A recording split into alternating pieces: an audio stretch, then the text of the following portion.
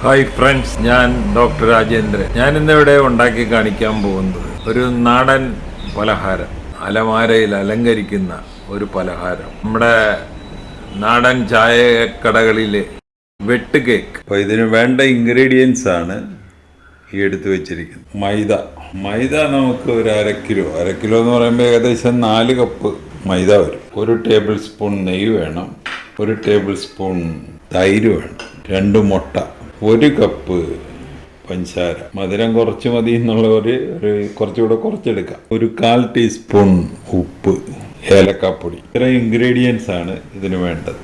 വറുക്കാനുള്ള എണ്ണ. ഈ പഞ്ചസാര നമ്മളൊന്ന് പൊടിച്ചെടുക്കണം, ഈ ഏലക്കാപ്പൊടിയും കൂടെ ചേർത്ത്. അത് കഴിഞ്ഞ് മുട്ട നല്ലപോലെ ഒന്ന് ബീറ്റ് ചെയ്തെടുക്കണം.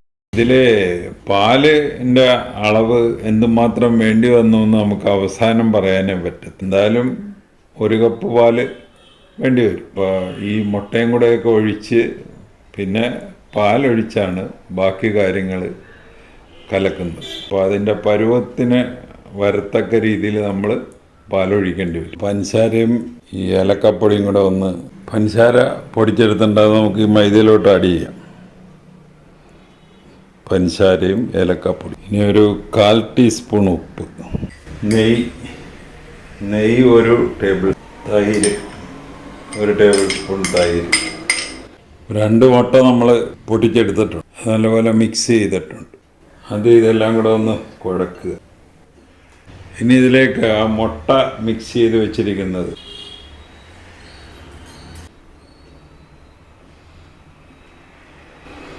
നല്ലപോലെ മിക്സ് ചെയ്യുക. ഇത് കഴിഞ്ഞ് നമ്മൾ കുറേശ്ശെ പാലൊഴിച്ച്, നമ്മൾ 1 കപ്പ് പാലെടുത്തിരിക്കുക, അത് കുറേശ്ശെ ഒഴിച്ചൊഴിച്ച് പിന്നെ ഒന്ന് മിക്സ് ചെയ്യുക.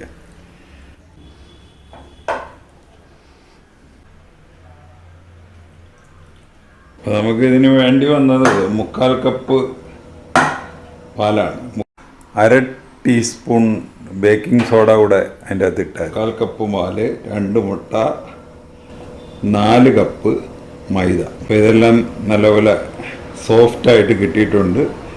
ഇനി ഇത് കുറച്ച് നേരത്തേക്ക് ഒന്ന് റെസ്റ്റ് ചെയ്യാനായിട്ട് വെക്കുക. അപ്പോൾ തൈര് ഒഴിച്ചിരിക്കുന്ന കാരണം ഒരു 1.5 മണിക്കൂർ റെസ്റ്റ് ചെയ്താൽ മതി, അല്ലെങ്കിൽ കുറച്ചുകൂടെ കൂടുതൽ റെസ്റ്റ് ചെയ്യേണ്ടി വരും. നമ്മളതൊരു അകത്ത് എണ്ണ തടകിയ ഒരു പാത്രത്തിൽ റെസ്റ്റ് ചെയ്യാനായിട്ട് വെച്ചിരിക്കുക. മൂടി വെക്കുക. നമുക്കിതിൻ്റെ അകത്ത് ഇച്ചിരി കൂടെ കളർഫുള്ളാക്കാനായിട്ട് ഫുഡ് കളർ ചേർക്കാം, അല്ലെങ്കിൽ മഞ്ഞൾപ്പൊടി ചേർക്കാം. ഞാനിപ്പോൾ ഇത് നമ്മൾ വീട്ടിലെ ആവശ്യത്തിനായതുകൊണ്ട് ഇതൊന്നും ചേർത്തിട്ടില്ല. പിന്നെ ഇതിൻ്റെ അകത്ത് ഏറ്റവും പ്രധാന പോയിൻ്റ് എന്ന് പറയുന്നത് ഇത് മൊത്തം വേകാനുള്ളതാണ്. എന്ന് പറഞ്ഞാൽ ഇപ്പോൾ നമ്മൾ ഉരുളക്കിഴങ്ങ് പോണ്ടൊക്കെ ആണെങ്കിൽ അതിൻ്റെ അകത്ത് വെക്കുന്ന ഫില്ലിങ്സ് എല്ലാം ആൾറെഡി വെന്തതാണ്.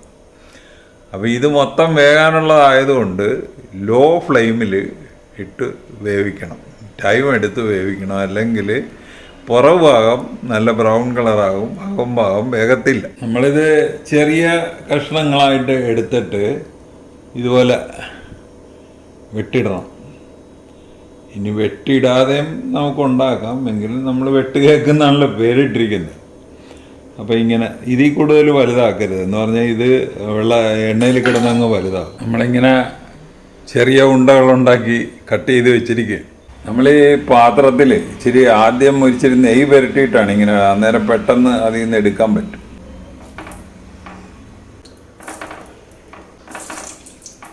നമ്മൾ സിമ്മിലിടണം, ഹൈ ഫ്ലെയിമിലിടരുത്. ഹൈ ഫ്ലെയിമിലിട്ടാൽ പുറം ഭാഗം നല്ല ബ്രൗൺ കളറാകും, പക്ഷേ അകം ഭാഗം വേഗത്തില്ല.